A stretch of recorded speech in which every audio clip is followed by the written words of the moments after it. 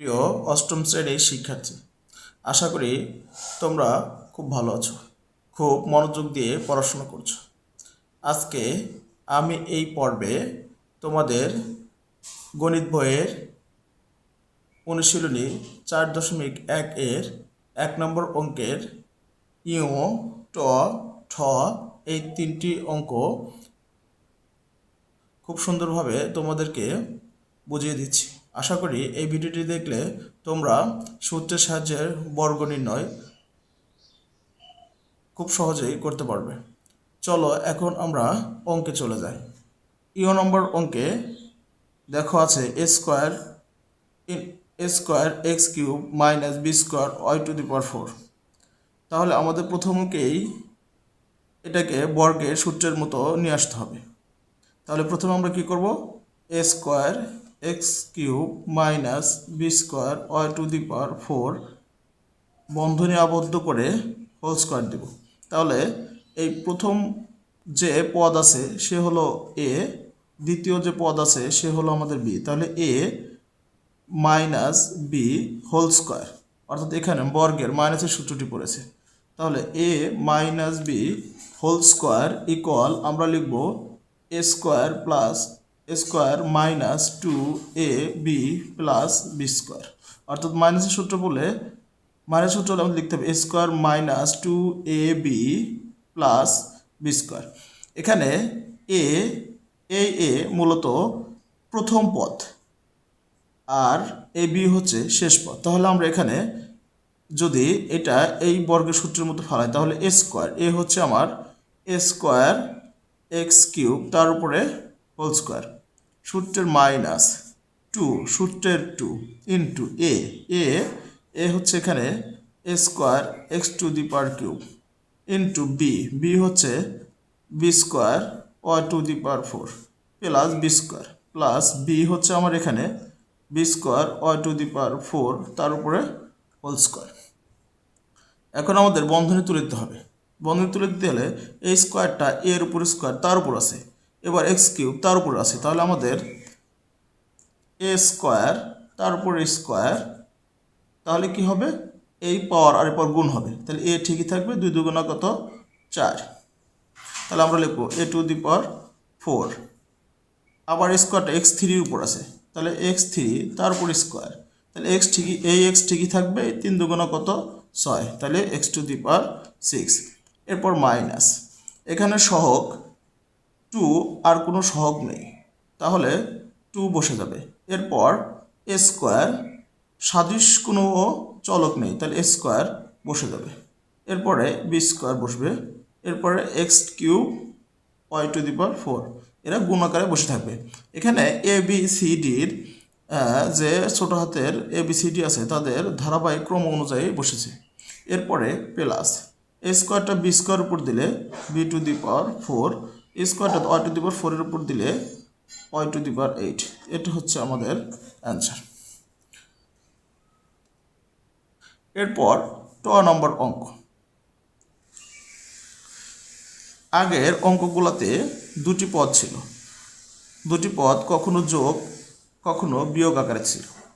এখানে শুধু একটি মাত্র পদ আছে, তাও সংখ্যা। তাহলে আমাদের কি করতে হবে, এই সংখ্যাটাকে দুইটা পদের যোগ অথবা বিয়োগ আকারে লিখে নিতে হবে।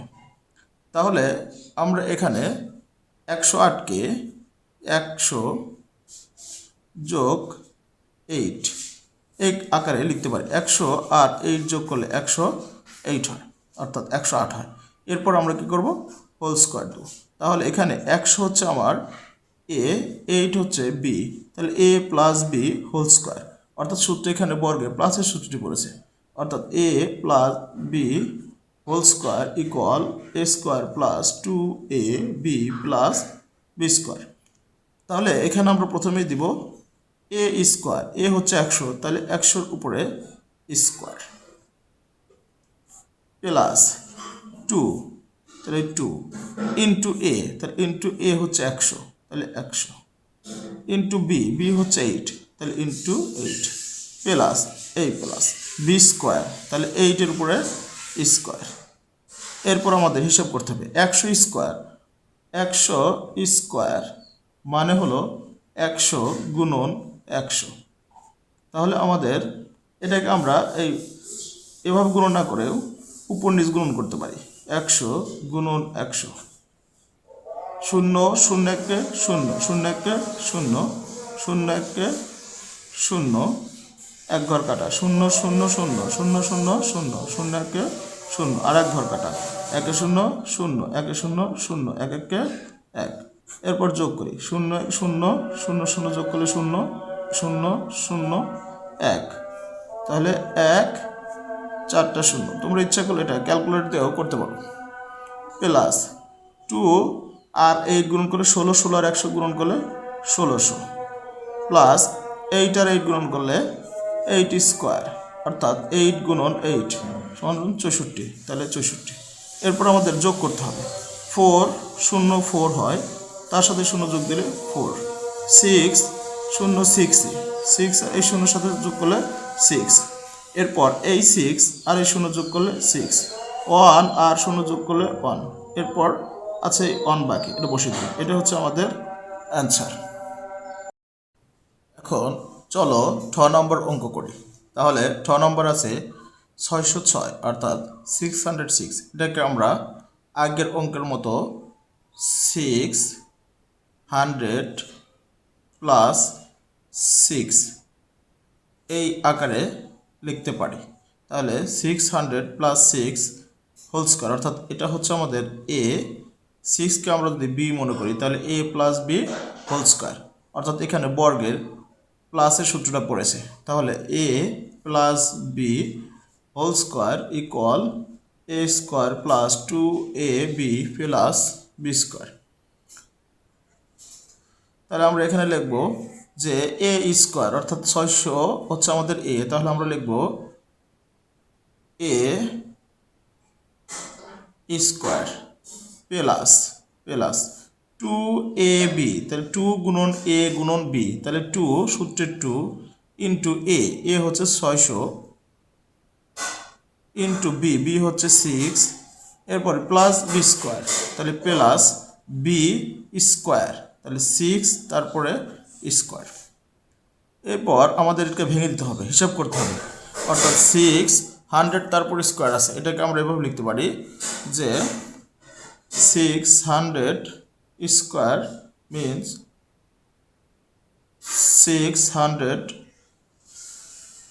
গুণন 600, অর্থাৎ এটা আমরা এভাবে লিখতে পারি 600 আর 600 গুণন 600 আমরা নিজ গুণ করতে পারি। তাহলে 0 দিয়ে 3টাকে গুণন করলে 0 0 0 0 0 দিয়ে 6 গুণন করলে 0, এক ঘর কাটা 0 দিয়ে 0 গুণ করলে 0 0 দিয়ে 0 গুণ করলে 0 0 দিয়ে 6 গুণন করলে 0, 6 দিয়ে 0 গুণন করলে আরেক ঘর কেটে দিলাম 0, 6 দিয়ে 6 0 গুণ করলে 0, 6 দিয়ে 6 গুণন করলে 36। এরপরে যোগ করতে হবে 0 0 0 যোগ করলে 0 0 0 6 3, তাহলে 3 6 একটা 2টা 3টা 4টা 0। এরপরে এই 3টা গুণ করতে হবে। 2 আর 6 গুণ করলে 6 2 12, 12 আর 600 গুণ করলে 12 আর 600 গুণ করলে 2 0 গুণ করলে 0, 2 দিয়ে 0 গুণ করলে 0, 6 2 12, এক ঘর কাটা 1 0 0, 1 দিয়ে 0 গুণ করলে 0, 6 1 6 0 0 2, 6 আর 1 যোগ করলে 7, 7200। তাহলে এখানে হবে 7200 যোগ 6 দিয়ে 6 স্কোয়ার মানে 36, 6 স্কোয়ার মানে 6 গুণন 6 6 36। এরপর এখন আমাদের যোগ করতে হবে। তাহলে এই 6 0 6 তার সাথে 0 যোগ দিলে 6 বসে গেল ডানে। 3 আর 0 গুণ যোগ করলে 3, তার সাথে আর 0 যোগ করলে 3। এরপর এই 2 আর 0 যোগ করলে 2, 7 আর 0 যোগ করলে 7। এরপর এই 6 বসে গেল, এরপর এই 3 বসে গেল।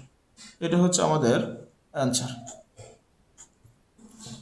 আশা করি তোমরা অঙ্কটি বুঝতে পেরেছ।